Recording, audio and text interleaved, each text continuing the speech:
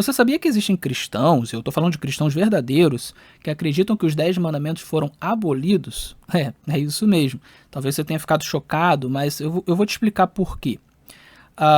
Existe uma interpretação entre muitos cristãos que é de que a lei do Antigo Testamento, a Torá, ela foi abolida, totalmente abolida. O que significa dizer que os 10 mandamentos também foram abolidos. Eles não são para os cristãos, eles não são para a nova aliança, eles não são válidos para nós, ok? Eles acreditam nisso. E aí você deve estar se perguntando, Davi, mas então é certo matar, é certo roubar agora? Não. Porque a ideia deles, a interpretação deles é a seguinte: essa lei foi abolida, a Torá foi abolida, mas Deus instituiu uma nova lei para ser colocada no lugar da Torá, que seria a lei de Cristo. E a lei de Cristo teria ali na sua composição tanto o amor ao próximo quanto o amor a Deus, né? Então eles entendem que houve essa substituição e, portanto, dentro do amor ao próximo e amor a Deus, né, você não vai poder matar, não vai poder roubar, não vai poder idolatrar, etc. e tal, tá? Então essa é a visão que muitos cristãos têm. Mas será que essa visão está correta? Eu acredito que não. Eu defendo que não. E o que eu vou fazer nesse episódio é mostrar qual é a minha visão, como é que eu enxergo essa questão da lei. O que aconteceu com a lei? Ela foi abolida, totalmente abolida, ela foi parcialmente abolida, ou a lei continua? E se ela continua, como é que funciona essa questão dos mandamentos que a gente não cumpre mais e que estavam na antiga aliança? Eu vou explicar essa questão nesse episódio. Meu nome é Davi Caldas, você está no Intelectus Podcast, seu podcast de teologia e assuntos afins, e esse é o episódio número 111. Antes de continuar, eu peço alguns segundinhos da sua atenção.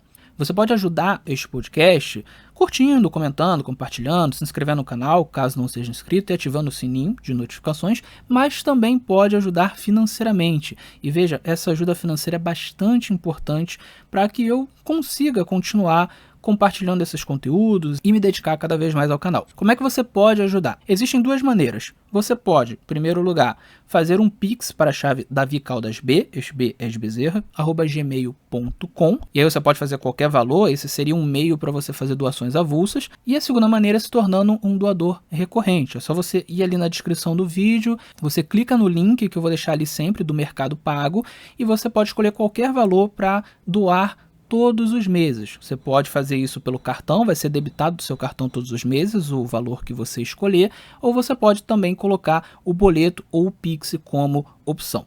Eu repito, se você fizer isso, você vai ajudar muito este canal a continuar sobrevivendo e produzindo conteúdo. Dito isso, vamos continuar o episódio.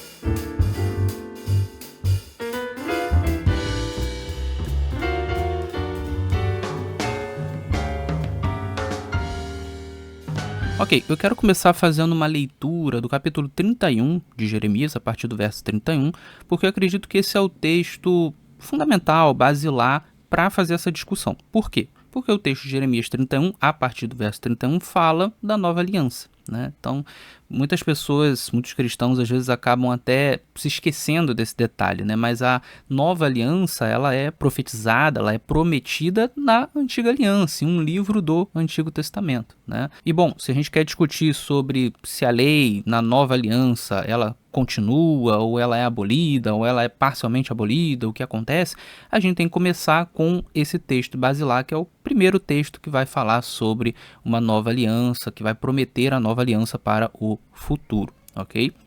Então, sem mais delongas, eu vou começar a leitura, mas eu vou ler verso por verso para a gente poder refletir sobre cada verso e analisá-lo, ok? Bom, o verso 31 diz assim: Eis que dias vêm, diz o Senhor, em que farei uma aliança nova com a casa de Israel e com a casa de Judá. Então, já vamos parar por aqui, vamos refletir sobre o que esse texto está dizendo. Por que ele fala casa de Israel e casa de Judá? Nesse período em que Jeremias escreve, os hebreus que formam a nação de Israel já tinham se dividido há muito tempo, se tornaram 2 reinos, né? Então, para quem não sabe ou não lembra, vamos lá. Os hebreus saíram da terra do Egito, chegaram na terra de Canaã, eles formavam uma só nação, a nação de Israel.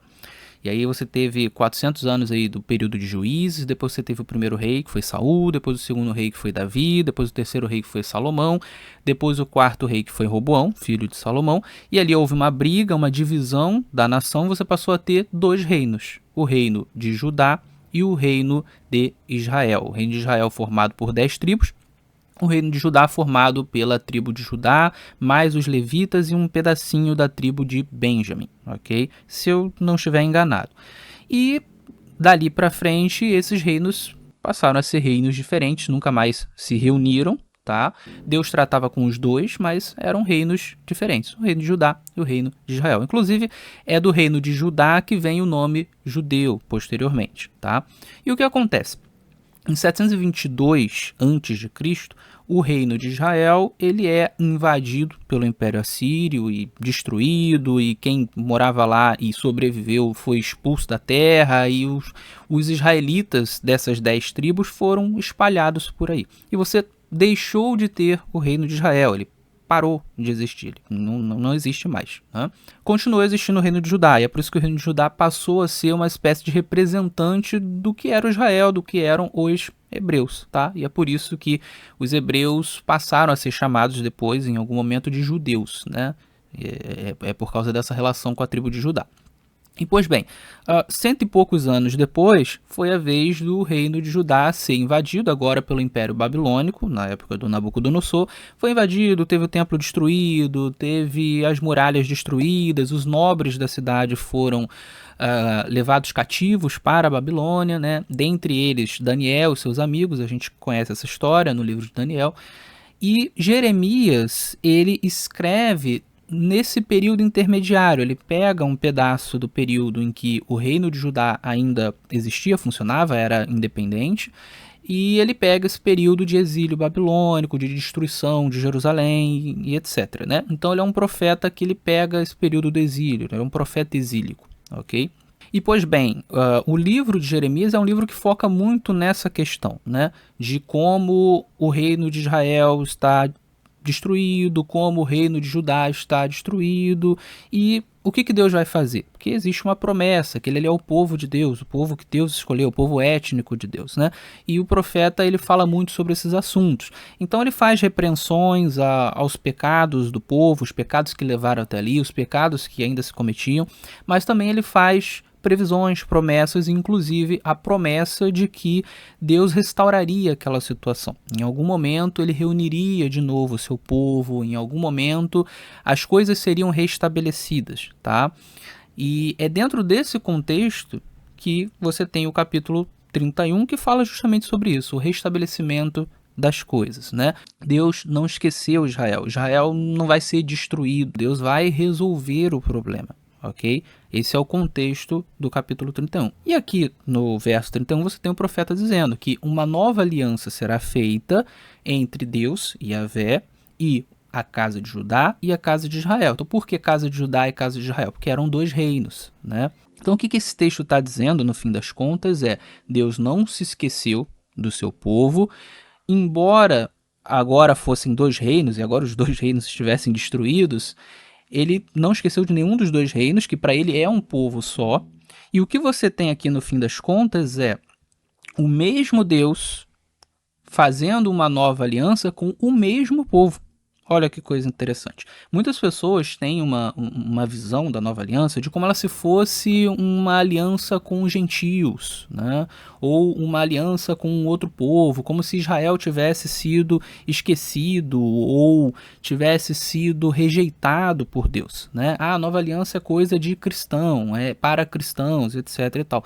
Mas não. O que esse texto está dizendo é que a nova aliança é uma aliança que Deus vai fazer com o mesmo povo de antes, a casa de Israel e a casa de Judá, ou seja, é o povo hebreu, é o povo de Israel, ok? Mas onde entram os gentios aí? Porque a aliança também alcança os gentios. A gente sabe disso. A nova aliança alcança os gentios. A própria antiga aliança já alcançava os gentios. Se você for em Isaías 56, por exemplo, versos 1 a 8, está falando ali sobre como Deus quer que os gentios se acheguem a ele, né? E eles podem se achegar. E você tem um monte de outras passagens que falam sobre como o gentil pode se achegar a Deus, como o gentil pode estar com Deus, pode estar junto com os israelitas na adoração, no culto a Yahvé. Você tem exemplos de gentios que se convertem ali na Antiga Aliança, vários, né, ao longo da Bíblia, né, ao longo do Antigo Testamento, é descrito ali. Então, o gentio ele já participava da aliança de alguma forma no Antigo Testamento, na Antiga Aliança, e passa a participar também na Nova Aliança. Tá? Como isso acontece se a aliança é feita com os israelitas? É porque desde o início, né, vai lá em Gênesis capítulo 12, por exemplo, dos versos 1 a 3, quando Deus chama Abraão para ser pai de uma grande nação, que seria Israel, né, a ideia ali é: você abençoará todos os povos da terra, em ti serão abençoados todos os povos da terra. Então ele escolhe Abraão, ele escolhe a descendência de Abraão, ele forma a nação de Israel para que ela seja uma abençoadora. Ou seja, a partir de Israel, os outros também receberiam as bênçãos de Israel. Entre elas, a salvação. Entre elas, Jesus Cristo, que traz a nossa salvação. Entre elas, as Escrituras, né, os profetas, etc. e tal. Então veja, como é que funciona? Segundo esse texto aqui e vários outros textos da Bíblia, Deus faz uma aliança com Israel, com o povo de Israel, mas esta aliança, através de Israel, ela se estende aos gentios. E é exatamente isso que acontece quando a nova aliança é instituída. A nova aliança ela é feita entre Jesus e os que acreditaram nele, que eram judeus, né? Os dos apóstolos eram judeus. Os primeiros convertidos eram todos judeus. Paulo era judeu. Silas era judeu. Né? O Novo Testamento ele mostra o quê? Os judeus que acreditaram em Jesus e que saíram para pregar ao mundo, incluindo outros judeus e os gentios. Paulo era um judeu pregando aos gentios. Então a aliança foi feita com os judeus? Foi. E a partir dos judeus ela alcançou os gentios. É por isso que Paulo vai dizer que os gentios são enxertados em Israel. Isso no capítulo 11, tá? Paulo ali ele vai defender que Israel continua sendo a nação de Deus em termos étnicos, né? E que os gentios eles são enxertados, eles são colocados, eles são incluídos em Israel, se tornando parte de Israel também, se tornando o todo Israel. Eu vou falar sobre isso mais especificamente em algum outro episódio, né? Eu quero abordar, por exemplo, essa teologia do todo Israel, ela é muito interessante, né? Mas eu também já tenho episódios aqui em que eu falei sobre a teologia da substituição, como que ela é contrária à Bíblia, né? E como que a gente deve ter uma teologia de continuação, né? Onde Israel não é rejeitado, na verdade o que acontece é que os gentios são enxertados no meio dos judeus crentes, formando assim a igreja, ok? Então esse é um ponto importante a se destacar desse texto aqui, embora não seja o foco, não seja o ponto principal desse episódio. E aí ele vai continuar no verso 32, né? Diz assim: não conforme a aliança que fiz com os seus pais, no dia em que os tomei pela mão para os tirar da terra do Egito, porque eles invalidaram a minha aliança, apesar de eu os haver desposado, diz o Senhor. Então, vamos refletir sobre esse verso 32. Ele está dizendo que ele vai fazer uma nova aliança com o mesmo povo, mas não conforme, não igual a aliança que ele fez com os pais desse povo. Aqui ele está falando dos antepassados, né? Ele está focando aqui nas pessoas que saíram do Egito, né? E aí ele diz assim, por quê? Porque essas pessoas quebraram essa aliança, né? Veja, é interessante que ele está focando nas pessoas que saíram do Egito, porque estas pessoas que saíram do Egito, elas não entraram em Canaã. Elas ficaram perambulando 40 anos no deserto, e nenhuma das pessoas que saiu do Egito entrou em Canaã, exceto Josué e Calebe.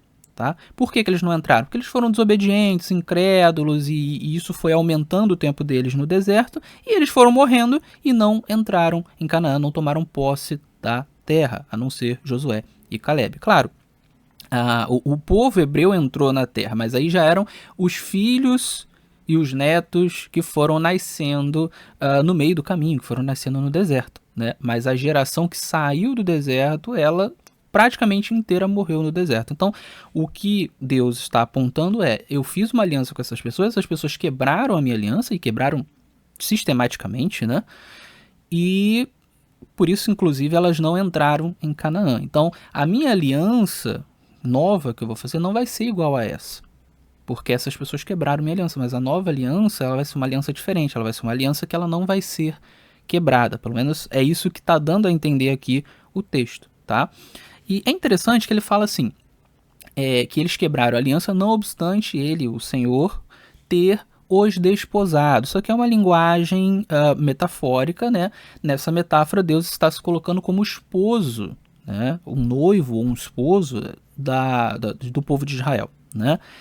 E essa metáfora ela é muito comum na Bíblia, né? Deus sempre se coloca como o esposo ou o noivo de Israel. E Israel como sendo uma noiva, uma esposa que é promíscua, que trai a Yahvé a todo momento, ou seja, que quebra essa aliança de casamento a todo momento. Tá? O livro de Oséias, por exemplo, ele fala justamente sobre isso, né? A ideia ali de Oséias tendo uma esposa prostituta, né, meretriz, e ela traindo, saindo de casa, e ele voltando para buscar a sua esposa, isso é usado para falar da relação de Deus com Israel, né? Então Israel é como se fosse uma esposa prostituta, que sai de casa, que trai a Yahvé a todo momento, ok? Então ele lembra isso aqui, olha, eu casei com vocês, mas vocês quebraram a minha aliança, vocês têm sido uma esposa infiel, tá? E aí isso é interessante porque isso mostra que a nova aliança que Deus faz é uma espécie de renovação de aliança, tá? Ela é nova, mas ela tem um pouco da antiga, porque você tem o mesmo Deus, que é o esposo, fazendo uma aliança com a mesma esposa, a esposa infiel, ou seja, ele está perdoando a esposa infiel e está fazendo uma aliança com ela novamente, uma aliança de casamento de novo. Então, é como se fosse uma renovação de aliança. De certa forma, é como se não fosse uma nova aliança em absoluto, mas uma reconstituição da aliança anterior, uma renovação, uma reconstrução, certo? Da aliança anterior. Ok? Então ela é nova em algum sentido? Sim, mas existe uma espécie de continuidade entre essas alianças, tá? E aí vem o verso 33, olha o que ele vai dizer no verso 33. Mas esta é a aliança que farei com a casa de Israel depois daqueles dias, diz o Senhor. Porei a minha lei no seu interior e a escreverei no seu coração, e eu serei o seu Deus, e eles serão o meu povo. Então olha que coisa interessante. Aqui no verso 33, ele explica o que é, ou como se caracteriza a nova aliança. O que compõe a nova aliança? Qual é a diferença dela para a antiga? Como é que se caracteriza? É isso que ele vai explicar.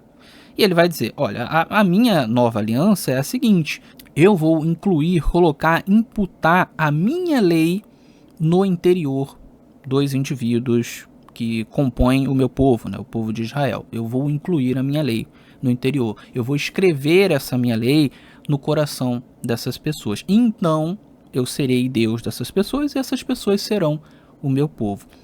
O que ele quer dizer com isso? Vamos lá. Nós temos aqui uma metáfora, evidentemente, essa coisa de colocar a lei no coração, de colocar a lei no interior. Isso significa que a pessoa ela vai se tornar mais obediente, que ela vai passar a viver a lei, que ela vai passar a viver a lei com maior profundidade, né? Existe uma diferença entre você ter a lei, você conhecer a lei e você viver a lei, praticar com obediência, com profundidade, é você se tornar mais santo, né? E vamos lembrar aqui que a lei de Deus, ela nada mais é do que a vontade de Deus para nós, né? Então, no fim das contas, você ter a lei dentro de si é você praticar e viver a vontade de Deus na sua vida, ok? O que nada mais é do que você andar com Deus e fazer aquilo que Deus quer de você e não fazer aquilo que Deus diz para não fazer, né? De uma maneira cada vez mais profunda. Então é isso que ele está dizendo. Então, qual é a diferença da antiga aliança para a nova aliança? Ou pelo menos uma das diferenças, a principal diferença, é que na antiga aliança a lei não estava escrita no coração, inscrita no coração. Ela não estava no interior das pessoas. Agora, na nova aliança, ele estará no interior das pessoas. Deus vai colocar essa lei no interior. Ela não vai ficar só do lado de fora, só escrita em papiro, só escrita em pergaminho, só escrita em tábuas de pedra, em tábuas de argila. Não, ela estará no interior, ok? Essa é a grande diferença. E aí, a partir daí, as pessoas realmente se tornam povo de Deus. E Deus se torna Deus para essas pessoas, tá? O que é importante a gente entender aqui, e isso vai ficar mais claro no próximo verso, é que existe uma gradação aqui, tá? É óbvio que enquanto você está em um mundo de pecado, e essa nova aliança ela vai ser instituída ainda em um mundo de pecado, você não vai ser obediente em absoluta perfeição. Você não vai ser impecável. Você não vai ser santo em absoluta santidade. Não tem como acontecer isso, ok? Porque você ainda está no mundo de pecado, você ainda é pecador, você ainda comete erros, certo? Então existe uma gradação. A partir da nova aliança, a lei ela é incluída no seu coração, no seu interior, sim, mas você ainda é falho. Então ela é incluída, mas isso vai se desenvolvendo, você vai caminhando em santidade, você vai se tornando mais santo, né? E a gradação máxima, ela não é aqui nessa terra. A gradação máxima da nova aliança, a nova aliança em sua essência mais profunda, né, em sua plenitude, é quando Jesus volta, né? Quando Jesus volta, quando você tem o juízo final, então o pecado é destruído, os pecadores que não quiseram se render a Deus são destruídos, e aí você vai ter de fato a nova aliança na sua plenitude, onde nós enfim seremos perfeitos, né? Quando Jesus voltar, ele vai tirar o pecado absolutamente de nós, a inclinação ao pecado, nós seremos perfeitos, né? Até lá, a gente pode viver a nova aliança a partir do momento em que ela é instituída na história, mas é em uma gradação menor, tá? Isso vai ficar mais claro agora no verso 34. Vamos ler o verso 34. E não ensinará mais cada um a seu próximo, nem cada um a seu irmão, dizendo, conhecei ao Senhor, porque todos me conhecerão, desde o menor até o maior deles, diz o Senhor, porque lhes perdoarei a sua maldade e nunca mais me lembrarei dos seus pecados. Então, olha só, veja como o texto ele estica a questão da nova aliança até a sua gradação máxima, né? Então ele já está olhando lá na frente quando você não vai mais ter pessoas precisando falar para as outras sobre o Senhor, né? Precisando converter as outras, precisando pregar o evangelho, porque todas as pessoas conhecerão o Senhor, todas as pessoas já serão obedientes. Então ele está olhando lá na frente, ele está pegando a nova aliança na sua maior gradação. E aí ele coloca aqui que ele vai perdoar os pecados de todas as pessoas, né? Se elas aceitarem a nova aliança em suas vidas, se elas aceitarem Jesus, né, como vai ficar mais claro depois nas próximas explicações, essas pessoas elas são salvas e elas são justificadas diante de Deus, elas são absolutamente perdoadas, né? Então ele está falando sobre mais uma característica da nova aliança, que é essa questão do perdão de pecados, o perdão completo, a purificação completa de pecados, ok? E aí tem os versos finais que eu quero ler. Eu vou ler os 3 versos de uma vez só, e aí a gente faz mais algumas reflexões sobre esse texto, tá? Então diz assim a partir do verso 35. Assim diz o Senhor, que dá o sol para a luz do dia, e as ordenanças da lua e das estrelas para a luz da noite, que agita o mar, bramando as suas ondas. O Senhor dos exércitos é o seu nome. Se falharem estas ordenanças de diante de mim, diz o Senhor, deixará também a descendência de Israel de ser uma nação diante de mim para sempre. Assim diz o Senhor, se puderem ser medidos os céus lá em cima e sondados os fundamentos da terra cá embaixo, também eu rejeitarei toda a descendência de Israel por tudo que fizeram, diz o Senhor. Então veja que interessante, o que esses versos estão dizendo é, Deus, Yahvé, o Deus Criador e o Deus que escolheu Israel como nação, ele não se esqueceu de sua nação. Ele não rejeitou a sua nação, mesmo depois de tantos pecados. E ele não vai rejeitar essa nação nunca. Essa é uma promessa que não passa. Ele coloca, inclusive, aqui, bem ao estilo hebraico, né, algumas comparações. Olha, existem as leis que regem o sol, a lua, as estrelas, a água dos oceanos, os mares. Essas leis elas são fixas, elas nunca vão mudar, né? Então, apenas se elas mudarem, Deus vai esquecer o seu povo. Ou seja, é uma forma de dizer que assim, isso nunca vai acontecer, né? Bom, mas esse é um tema para explorar mais profundamente em um outro episódio. Inclusive eu tenho episódios anteriores falando sobre essa questão de Israel, do status de Israel, etc e tal, tá? Mas agora vamos retornar ali no verso 33, onde diz que a nova aliança, ela se constitui em Deus colocando no coração dos indivíduos, no interior dos indivíduos, a sua lei. Tá? Vamos focar nisso aqui. Olha que coisa interessante. Deus ele não diz nesse texto que a nova aliança é Deus colocando uma nova lei no coração dos seus servos. Ele não diz que a nova aliança é Deus colocando uma outra lei no coração dos seus servos. Não, não é isso que o texto diz. O que o texto diz é que eu colocarei a minha lei no coração dos meus servos. É isso que o texto diz. Eu vou ler aqui de novo, olha. Verso 33. Mas esta é a aliança que farei com a casa de Israel depois daqueles dias, diz o Senhor. Porei a minha lei no seu interior e a escreverei no seu coração. E eu serei o seu Deus e eles serão o meu povo. Então veja, de que lei ele está falando? Que minha lei é essa? É óbvio que é a Torá. São os 613 mandamentos. É isso mesmo, é a Torá. Inclusive o texto em hebraico fala Torá. Ele usa essa expressão, esse termo, que é um termo para a lei do Antigo Testamento, a lei dos judeus, a única lei que eles conheciam naquela época. É a lei do Senhor. Quando ele diz a minha lei, neste contexto, é esta lei. Ponto. Não existe outra lei. Tá bom? Então veja, quando você leva isso em conta, começa a ficar muito complicada a ideia, a teoria, de que na nova aliança a lei é abolida. Não faz sentido. Porque à luz desse texto, a lei não é abolida para que uma nova lei seja colocada no nosso coração. Não, à luz desse texto, a mesma lei é colocada no nosso coração. Não há uma nova lei, não há uma nova Torá, segundo esse texto aqui. Entende? É por isso que eu não trabalho com essa ideia que eu mencionei no início do vídeo, de que a lei do Antigo Testamento ela foi abolida, toda abolida, incluindo os 10 mandamentos, ela não serve mais para gente, ela foi cancelada e agora temos uma nova lei que substitui esta lei e esta sim ela é incluída no nosso coração. Não é isso que o texto diz. Então a gente tem que interpretar conforme o que o texto diz. Mas aqui vem, claro, as dúvidas e as objeções, né? E a gente precisa trabalhar com elas e responder, tá?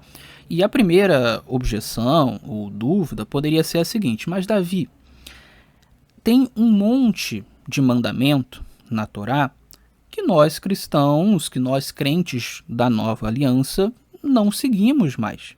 Então, como que você pode dizer que a lei não foi abolida ou que, pelo menos, ela não foi parcialmente abolida? Vamos lá, vou explicar. Eu trabalho com um conceito que é o conceito de aplicabilidade, tá? Provavelmente não fui eu que inventei esse conceito, tá? Dificilmente alguém inventa algo novo, ok? Mas eu tenho sistematizado dessa forma, eu nunca vi ninguém sistematizar exatamente da forma como eu sistematizo, tá? Mas já vi outras pessoas falando coisas parecidas. Vamos lá.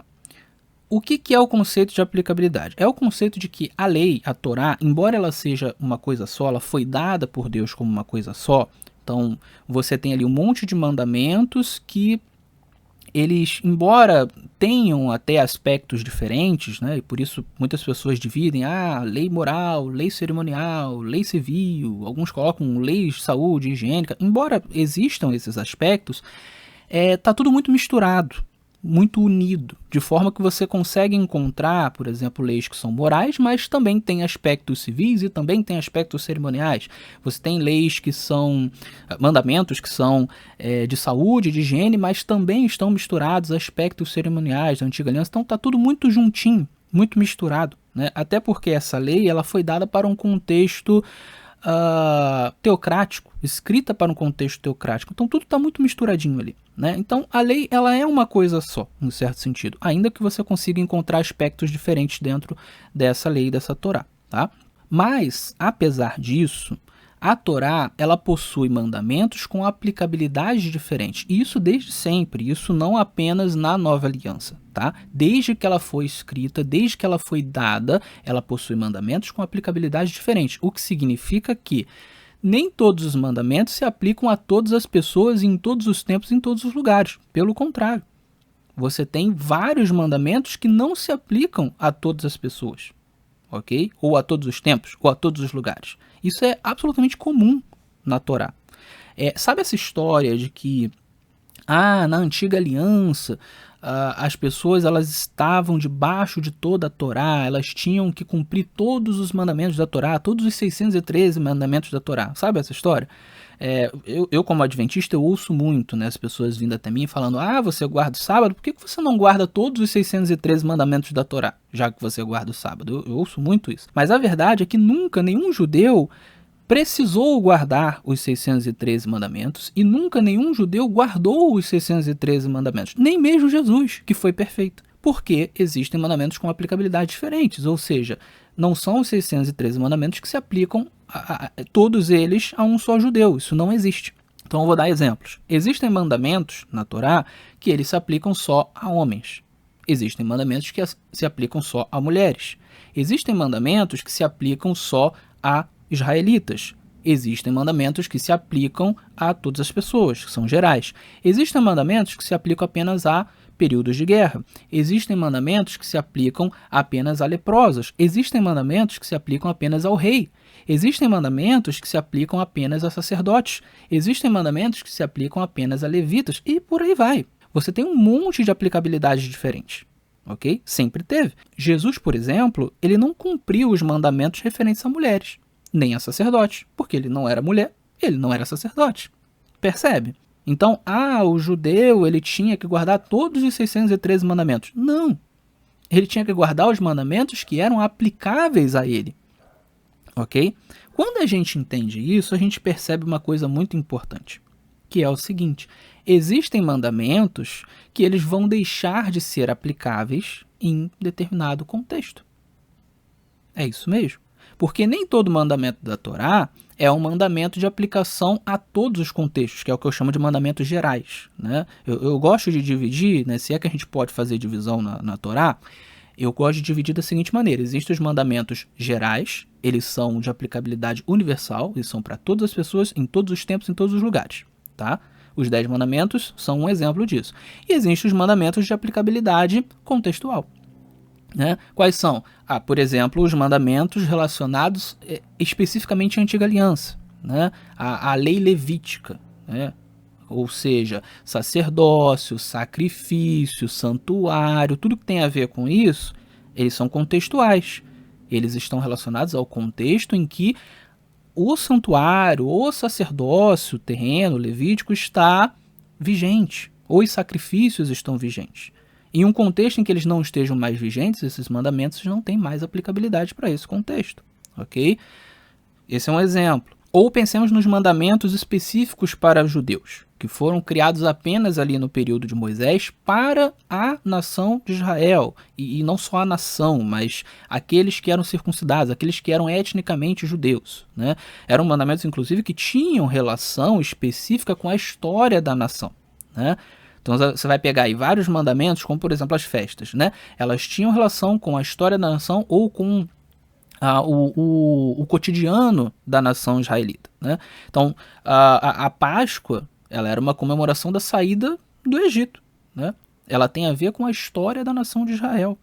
Então ela não é algo obrigatório para outras nações, para quem não tem nada a ver com essa nação.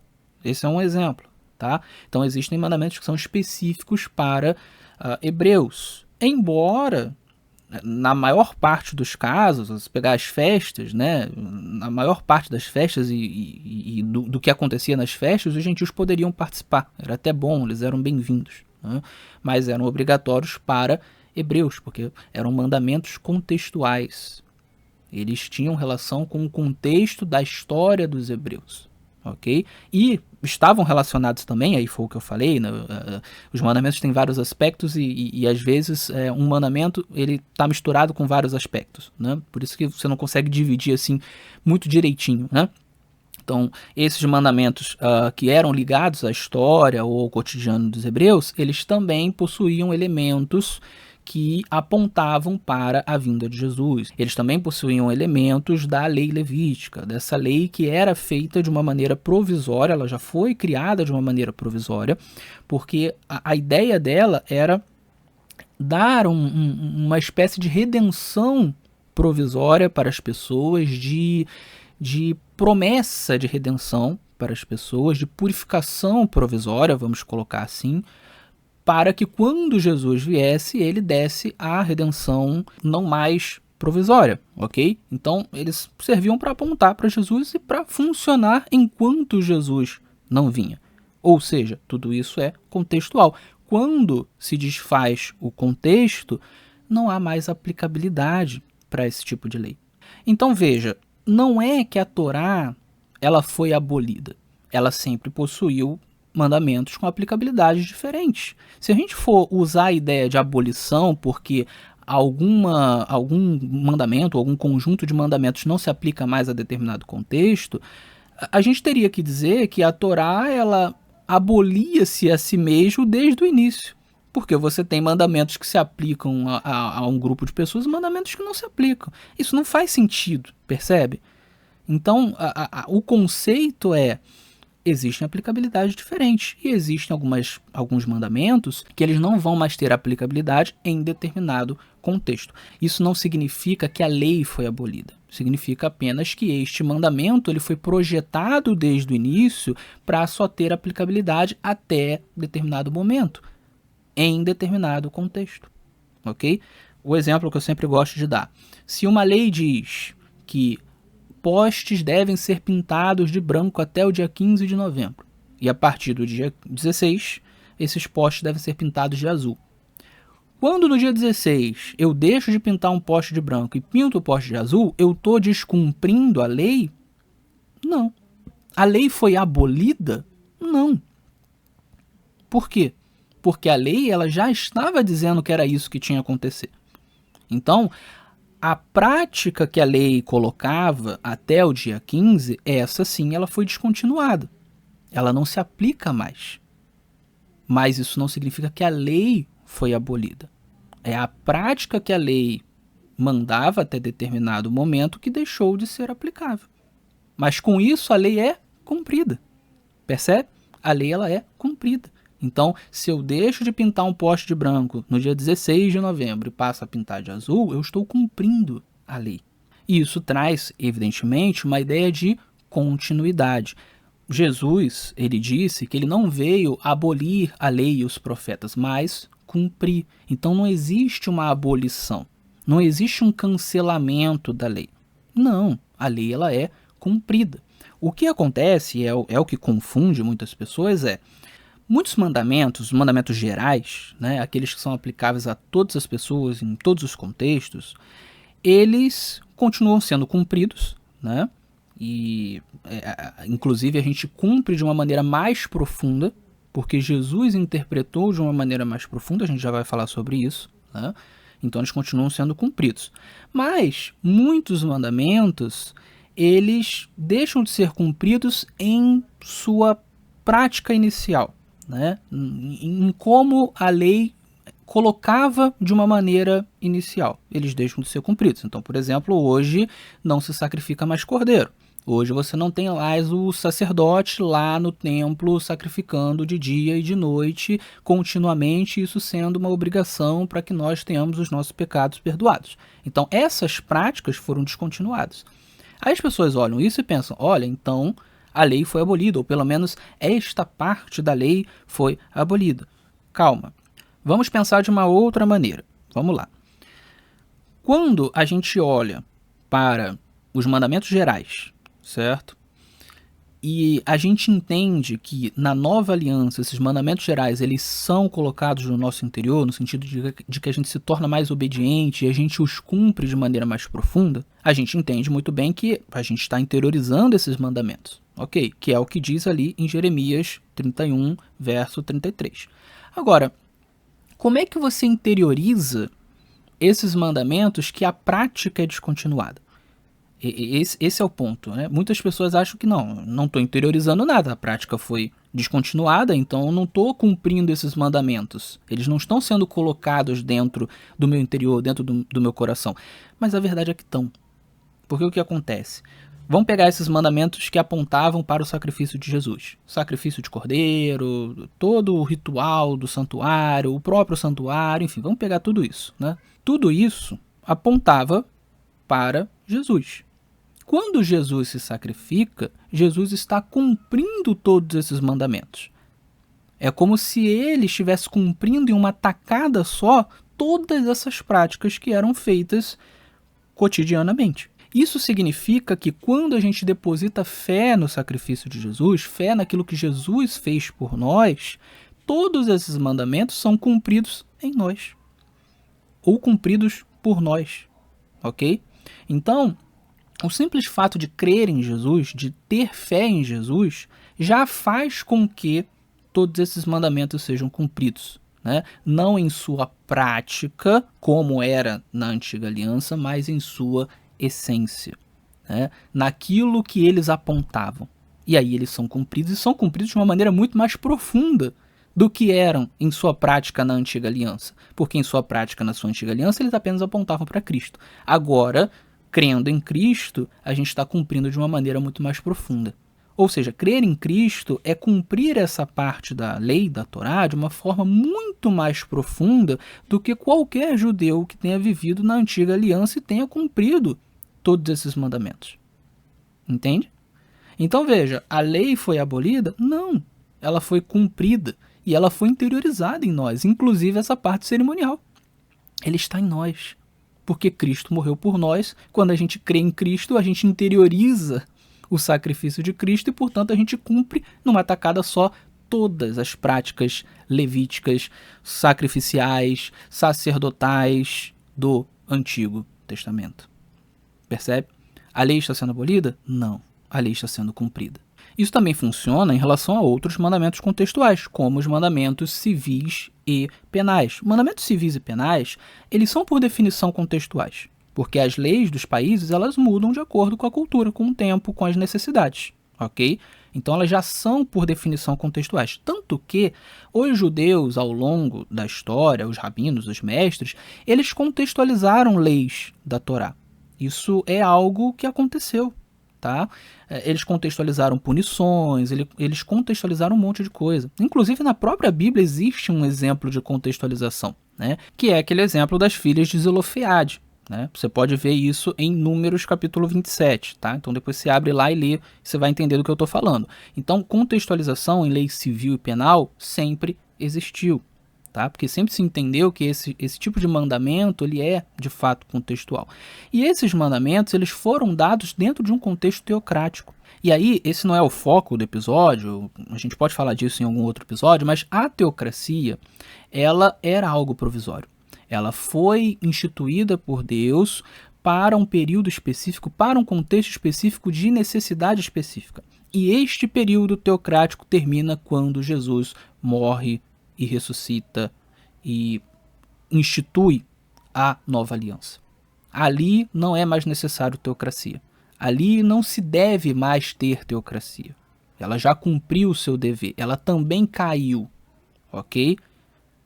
Ela também já cumpriu o que tinha que cumprir. E, portanto, os mandamentos civis e penais, você não tem a obrigação de pegá-los exatamente como eles estão e colocar para todas as nações cumprirem. Aliás, eles nem eram para todas as nações, eles eram só para os hebreus também, para os israelitas, né? Mas nem mesmo Israel hoje em dia tem essa obrigação de seguir exatamente como está ali, porque aquilo ali era para um contexto teocrático, aquilo ali era para um contexto, foi dado num contexto mosaico, inclusive. Então essas leis, elas precisam ser readaptadas para o contexto atual. Isso é normal, ok? O que você pode tirar dali, e aí sim é a questão do cumprimento. Como é que você cumpre essas leis? Você cumpre em sua essência. Já que elas são contextuais, entendam isso. Isso aqui que eu vou falar é muito importante. Mandamentos gerais, você cumpre exatamente como eles são dados, porque eles são gerais, eles não são contextuais, ok? Óbvio, os mandamentos gerais, às vezes, eles têm alguma coisa em torno deles que é contextual, Ok, a gente tira o contextual, fica só com o princípio. Mas a gente deve tomar cuidado para não mexer no princípio, ou para não considerar algo como contextual que na verdade é um princípio, que é uma coisa que acontece muito com o sábado, inclusive, né? Se mexe no princípio dizendo que não, a questão do sábado é contextual, enfim. Mas mandamentos gerais, eles têm essa característica de não é para você ficar readaptando, tá? Não matar é não matar, acabou, não tem contexto. Agora, mandamentos contextuais, esses precisam ser adaptados, porque mandamentos contextuais, eles são, por definição, aplicações. Aplicações, elas são aplicações de princípios. O princípio é eterno, a aplicação não, né? Ela depende do contexto. Então, você pode ir para os mandamentos civis e penais e encontrar princípios que são válidos até hoje, eles devem ser seguidos, ok? Agora, a aplicação não necessariamente, porque isso muda de contexto para contexto. Um exemplo, né? As pessoas elas falam muito mal da lei de Talião, olho por olho, dente por dente. Mas é porque a lei de Talião, ela muitas vezes ao longo da história, ela foi mal utilizada. E Jesus criticou essa mal utilização. Foi utilizada como uma forma de vingança pessoal, uma justificação, ou uma justificativa para vingança pessoal. Alguém me fez tal coisa, eu vou lá e pago na mesma moeda. Mas a lei de Talião ela foi dada, na verdade, como um princípio jurídico, formal, para ser feito por juízes em julgamentos formais, com testemunha, com o público assistindo, tudo direitinho dentro da lei. E o que significa essa lei de Talião? É nada mais nada menos que o princípio da proporcionalidade. Você não vai punir uma pessoa gravemente por um delito pequeno. E você não vai punir uma pessoa de maneira branda se ela cometeu um crime terrível hediondo. Então, crimes hediondos e terríveis e graves, você pune de maneira grave. Crimes pequenos, delitos pequenos, você pune de maneira pequena. E as nações, em seu ordenamento jurídico, elas seguiam por esse princípio até hoje, né? E muitas vezes falham, né, em aplicar esse princípio, mas o princípio é válido, tá? E mais uma vez, quando você segue esses princípios, você está cumprindo a Torá. Você está interiorizando a Torá. Então, como é que você cumpre as leis civis e penais da Torá? Cumprindo as leis civis e penais do seu país, desde que elas, obviamente, não se interponham às leis morais do Senhor, né? Se elas não estão indo contra as leis morais do Senhor, você cumpre as leis civis e penais do seu país e assim você está também interiorizando a Torá no seu coração. Percebe? Então é isso, sabe? Agora, no que é mandamento geral, como o que se chama de lei moral, por exemplo, ou se você pegar os princípios de saúde, os princípios de higiene, né, você deve continuar seguindo, né? Isso é cumprir. Mas aí vem uma outra questão. Alguém poderia dizer assim, mas Davi, Jesus deu um novo mandamento. Ele disse, novo mandamento vos dou, que ameis uns aos outros como eu vos amei. E aí? Deixa eu explicar. Quando Jesus diz que ele está dando um novo mandamento, em qual sentido esse mandamento é novo? Você já parou para pensar nisso? A gente precisa pensar. Porque veja, em essência, o mandamento que Jesus dá, ele já está na Torá. Ele já está na Antiga Aliança. A Antiga Aliança, a Torá, Levítico, vai dizer, amarás ao teu próximo como a ti mesmo, né? E Jesus diz, amem-se uns aos outros como eu amei vocês, tá? Então veja, o princípio ali você precisa amar o seu próximo profundamente.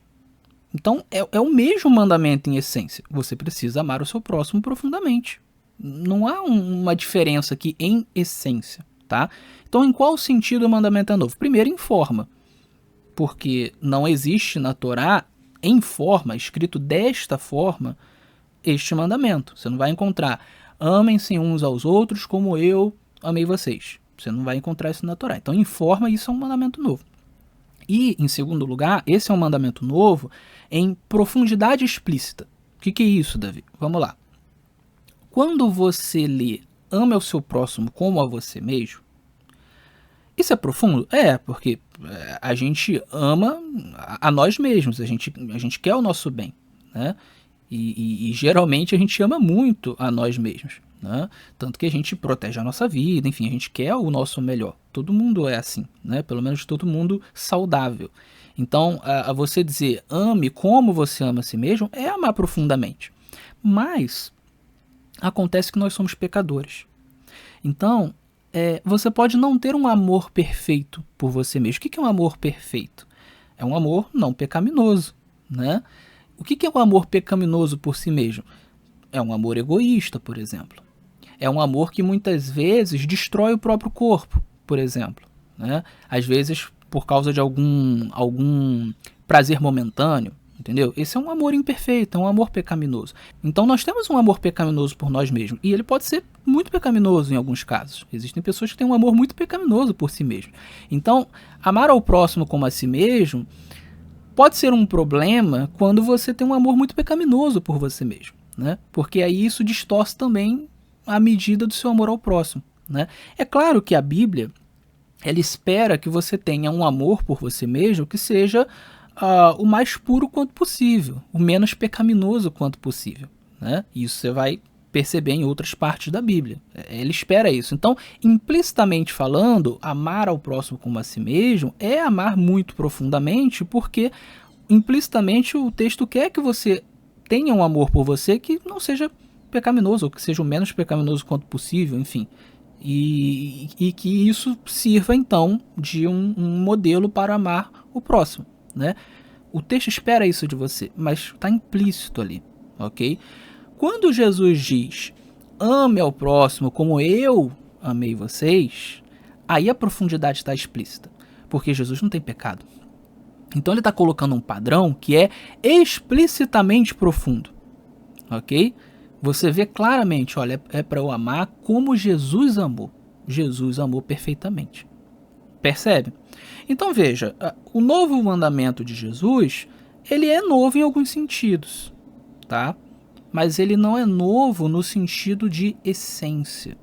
Ele está simplesmente pegando o mandamento de amar ao próximo que já estava na Torá, ok? Tanto é que ele coloca como os principais mandamentos da Torá, os que são a base de toda a Torá, amar a Deus sobre todas as coisas e ao próximo como a si mesmo, que são mandamentos que estão na Torá, em Levítico e em Deuteronômio, percebe?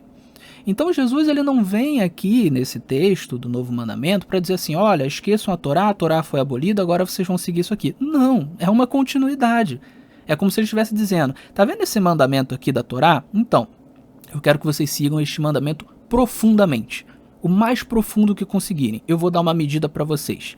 Vocês vão seguir esse mandamento da forma como eu segui, né?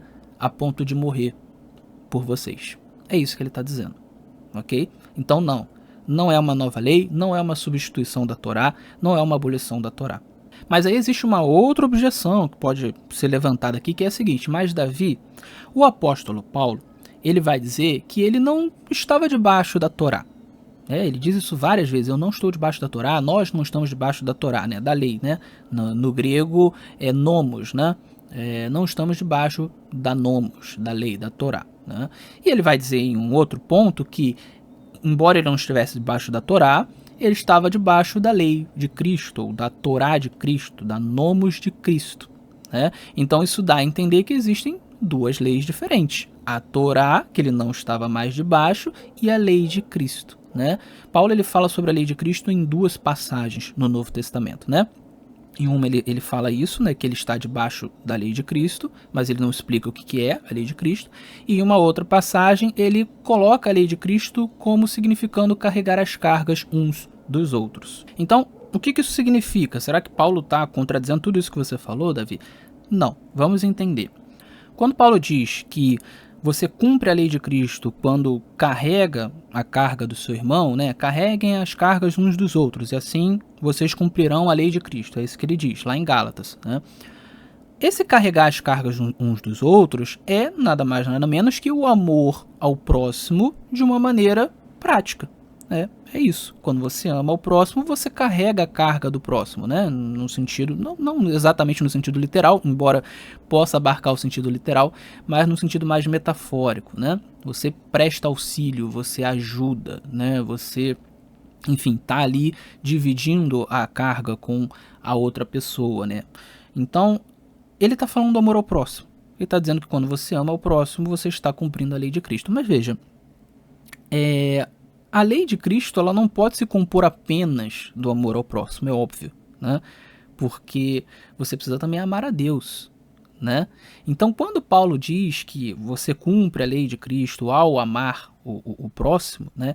Ele está simplesmente enfatizando o aspecto do amor ao próximo. Ele não está querendo dizer assim, ó, a lei de Cristo é só isso, amar ao próximo. Não, ele está enfatizando. Por quê? Porque isso foi o que Cristo mais enfatizou no seu ministério, né? Cristo veio num período da história em que as pessoas estavam muito preocupadas em fazer as coisas para Deus, né?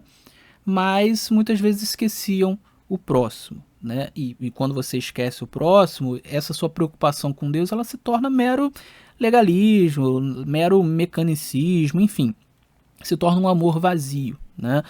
Jesus ele vai ensinar que o amor a Deus e o amor ao próximo são coisas que andam juntas, né? Tanto que quando perguntam ele qual é o maior mandamento, ele fala do amor a Deus sobre todas as coisas, que é o primeiro e grande mandamento, mas na sequência ele fala o amor ao próximo, que inclusive ele vai dizer que é semelhante ao outro. Ou seja, são duas faces da mesma moeda. Você não pode escolher um deles, né? Você tem que amar a Deus sobre todas as coisas e ao próximo como a si mesmo, ok? Não pode escolher, tá?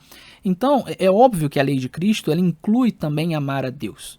O que significa que ela inclui outros mandamentos, não é só amar ao próximo, né? Essa é apenas uma ênfase, um resumo, tá?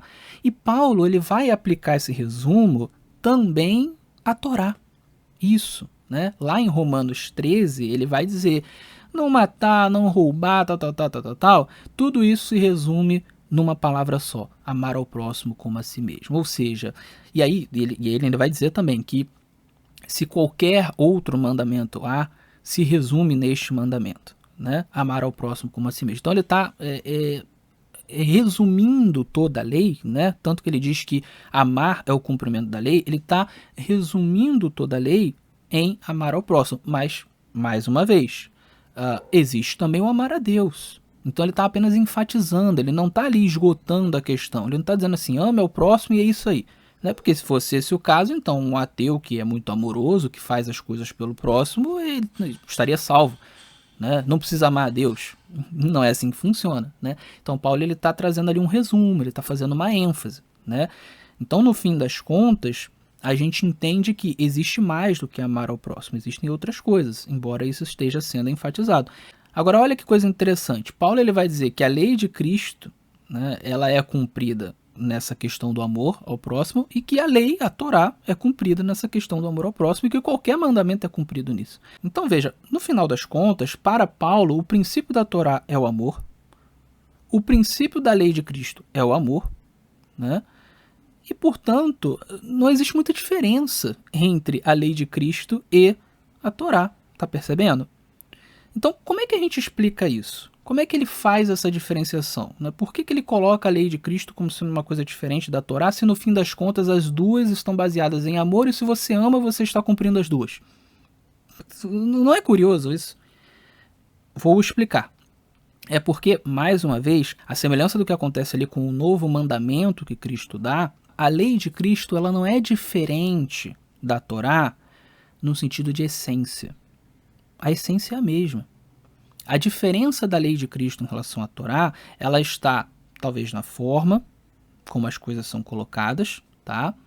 Ela está na questão, mais uma vez, explícita da profundidade, né? Isso você enxerga, por exemplo, lá em Mateus 5, quando ele vai dizer, ouvistes o que foi dito, eu porém vos digo, né? Todo esse ouvistes o que foi dito, ele está pegando ali tradições orais, interpretações orais que circulavam sobre a escritura que eram ou erradas, ou distorcidas, ou superficiais.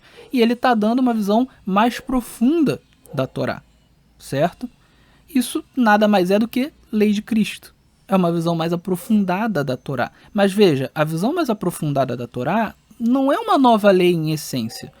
Porque o que Jesus está fazendo é pegando a Torá e achando a essência da Torá. Olha, essa é a essência da Torá.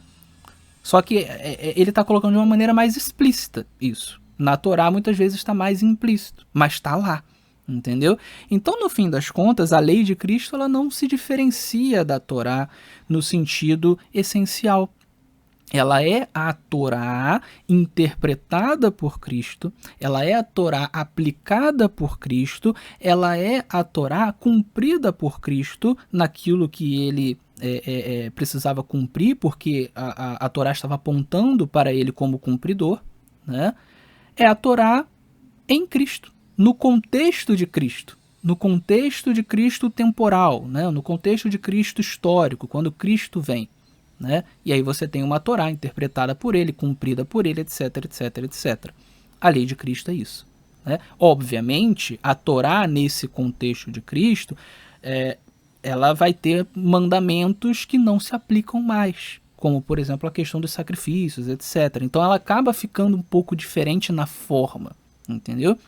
E é por isso que Paulo faz uma distinção entre a Torá e a lei de Cristo. Na verdade, no fim das contas, ele está distinguindo dois contextos. O contexto pré-Cristo e o contexto pós-Cristo.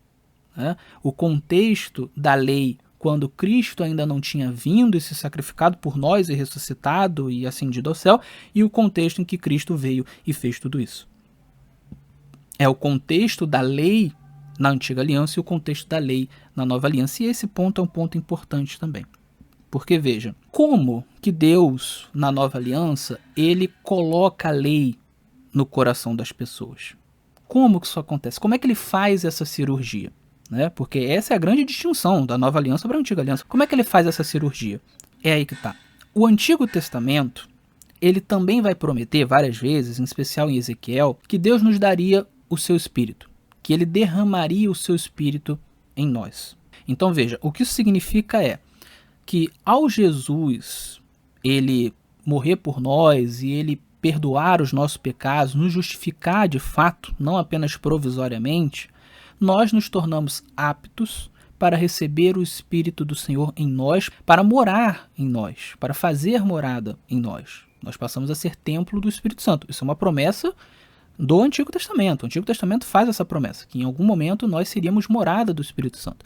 É esse Espírito Santo que vai nos dar o poder, a aptidão para vencer os pecados, para obedecer, para nos tornarmos cada vez mais santos. É esse Espírito Santo que vai colocar a lei dentro de nós. É ele que vai fazer os mandamentos serem cumpridos, né? Que vai nos ajudar, que vai dar mais força. Entendeu? Então esta promessa do Espírito Santo que a gente recebe na nova aliança, ela é crucial. Tanto que em Tito, no capítulo 3, Paulo vai dizer que Deus nos salvou por Jesus Cristo e Deus nos salvou pelo lavar regenerador do Espírito Santo em nós. Está lá em Tito. Né? Ou em Romanos 8, quando Paulo vai dizer que Jesus cumpre em nós aquilo que os mandamentos por si só não poderiam cumprir, né? E então, através de Jesus, os mandamentos são cumpridos em nós, né? E aí ele vai falar também no capítulo 8 sobre o Espírito Santo e sobre como a gente começa a ter força para obedecer e para ser santificado a partir justamente desse Espírito Santo, ok? Então, veja só, isso é mais uma diferença de contexto. Na lei pré-Cristo, você não tem essa força toda do Espírito Santo. O Espírito Santo existe, ele está no meio do povo, ele visita os profetas, ele está ali fazendo o seu trabalho, mas a porção do Espírito Santo ali nas pessoas ela ainda não é tão grande. Agora, na nova aliança, nós recebemos o Espírito Santo de uma maneira muito mais forte, muito mais profunda. Ele passa a morar em nós, e aí nós passamos a ter mais força para interiorizar estes mandamentos. Ok? Então, a lei nesse contexto é uma lei diferente nesse sentido, né? No sentido contextual, não no sentido essencial, mas no sentido contextual, é um novo contexto. E Paulo vai distinguir esses contextos dessa maneira. Você tem o contexto da lei na antiga aliança, né?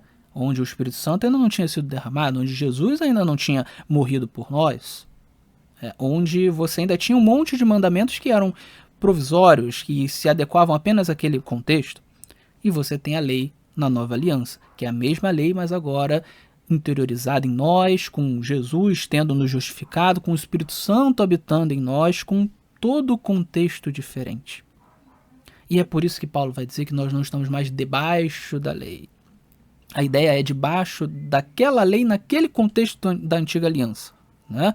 Inclusive, parece que existe aqui uma alusão à ideia de você estar debaixo de algo pesado, de um jugo, né? Aquela peça que fica em cima dos bois, né? E, de fato, nós não estamos mais debaixo do jugo da lei. A lei ainda existe, a gente precisa cumprir, mas ela não é mais um jugo para nós. Ela não é mais algo que nos amassa, que nos condena, que nos destrói, né? Por quê? Porque agora Jesus resolveu os problemas que a lei não poderia resolver, né? Esse é o ponto. Então é nesse sentido que nós não estamos mais debaixo da lei, não no sentido de que ela foi abolida, né? Ela continua aí e ela é cumprida. Uma última objeção que pode surgir aqui, a gente pode responder rapidamente, é a seguinte: em Hebreus, capítulo 7, verso 12, é dito que quando há mudança de sacerdote ou mudança de sacerdócio, há também mudança de lei ou mudança da lei, dependendo da tradução, né? Então, isso significa que a lei foi abolida e foi substituída por outra lei? É isso que o texto está dizendo? Não, não é isso. Quando você lê o capítulo 7 de Hebreus em seu contexto, você percebe que o capítulo está falando sobre mandamentos relacionados a sacerdócio. Ele está falando de sacerdócio, tá? De sacerdotes.